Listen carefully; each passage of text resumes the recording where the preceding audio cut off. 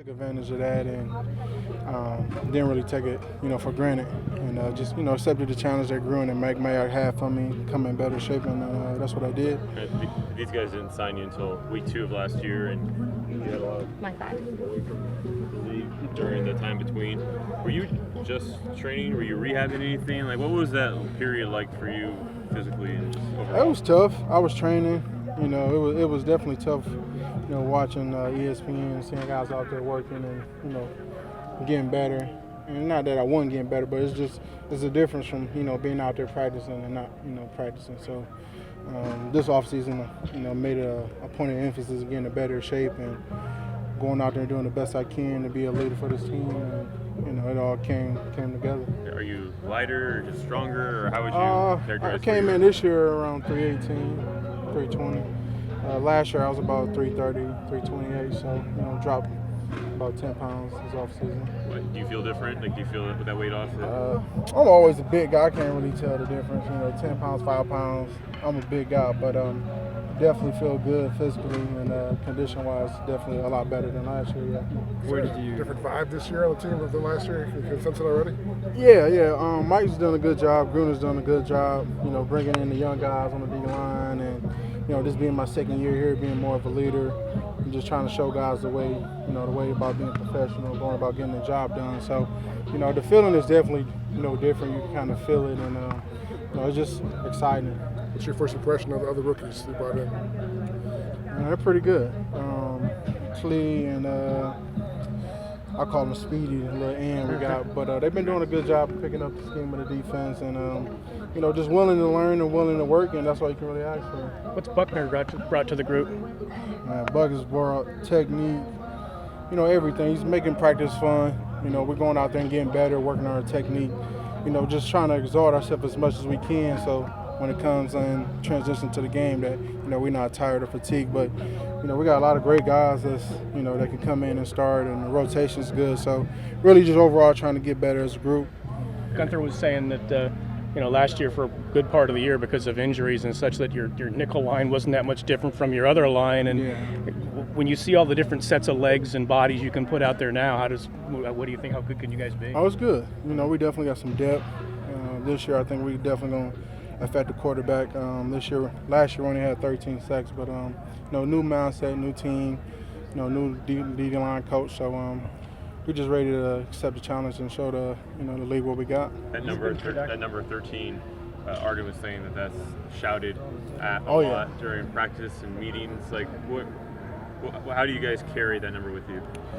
It's always going to be there. That's what they would talk about. That's what the media talk about. Only having 13 sacks is not good enough. So we just accept the challenge that we got to change that, and the way we're going to change it is by going out there and practicing, getting better, and getting our technique to where it needs to be for us to affect the quarterback. You're not going to go ahead. You've had more than half that number in one season, rushing from the inside. Do you feel like that you could offer that, kind of getting back to that way of getting to the quarterback from the inside? Yeah, definitely.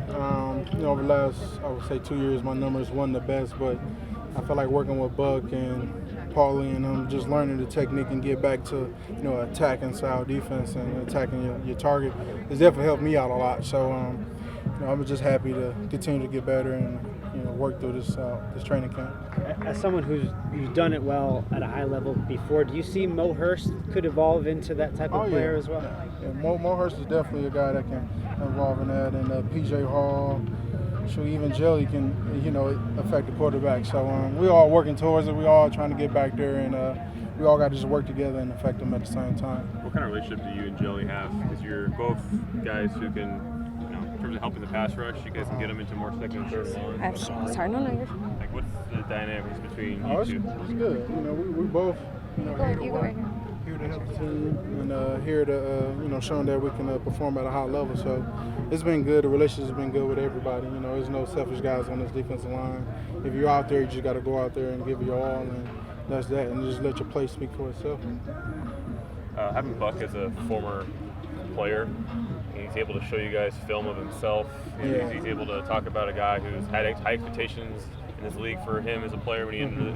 Because what is that dynamic in terms of credibility as a new coach in your guys' room, as someone who's been in this league before? It's definitely good to have a coach that played the position, that knows what he's talking about, that, you know, can relate to us and definitely give us pointers on what works, what doesn't work. And if you're a power guy, use power moves. If you're a finesse guy, you know, use finesse. But, you know, he's done a good job of teaching us how to set guys up, just looking at positions, keys of the offense, and, you know, the whole scope of the defense has been trying to teach us, just not being always using your strength all the time, you know, using your mind for the game. So that's one thing I do appreciate and I love about him. And he's been doing a good job of, you know, keeping us, you know, active and, you know, not just being stagnant out there. So he's been good. Where does the Napa rank among your training camp stops for your past? It's the best. I love it. The views, other than the sun being out when it's hot, but it's been great. I'm enjoying it. I'm loving it, and it sucks. I don't think we're gonna be here next year, but it's been the best by far. Was a good roommate? Yeah, I got my own room. It's your own room. Yeah, I ain't got time for nobody snoring, waking me up, talking to the girlfriend loud. So it's been good. It's a little different, but you've been practicing against Rodney Hudson now for about a year. Is there anything that makes him sort of unique across the line? Rodney Hudson probably had the best feet that I've seen, being able to recover. He's a big guy. He knows the game. He knows, you know, how to, you know, set guys up, and, you know, it's definitely a battle with him and Big Trent and Gabe Jackson. That's about 2,000 pounds right there. So it's been a challenge, but those guys is definitely veterans that know what they're doing and performing well. What have your early impressions been of Richie Incognito? That guy's strong. I think he got you today, right? Yeah, he got me today. You know, it's cool. You know, it's another day that's coming up, but he's been doing a great job. He's physical. He's definitely a veteran on there on the offensive line. He's helping out the young guys, but overall the offensive line is pretty solid, man. To me, I don't really think there's no weaknesses on the offensive line. You know, we got some big guys. We can run the ball. They can pass that. So it's going to be interesting to see how DC do this year. Yeah. How much does that make you guys better as a D-line when you're going up against these guys in practice every day? It makes it a lot better going against, you know, one of the top offensive line I feel that's on our team, and it's just going to make us better and be able to make us perform better on Sundays. Derek Carr was saying that among the veteran voices, he's hearing a lot of people with high expectations. Are you one of those voices? Are your expectations high for this group as it stands? And where does that come from? It just come from, you know, from the end of last year to all the moves we done made, you know, bringing AB, Trent, you know, drafting the rookie guys, and, you know, the Raiders culture. We've always been a team that's been feared, and we're trying to get back to that and, you know, dominate this league. At what moments do you guys say 13 to each other? Like, when is that happening? Say it again? When are you guys saying, like, 13 to each other? When's that happening? When are you guys Ruin's saying it more than us. But I appreciate him doing that. We understand it. It's always in the back of our mind. We know what we got to do, and we just accepting the challenge. So mostly during, like, meetings or? Well, all of us, we know, you know what I'm saying? But he's definitely making sure there's an emphasis on it, and we know it's an emphasis on it. I ain't got to be running around here selling 13 all the time. After a while, it just kind of gets annoying. But if you go out on the field and put the work in, that's just enough of saying the word. So we'll get there.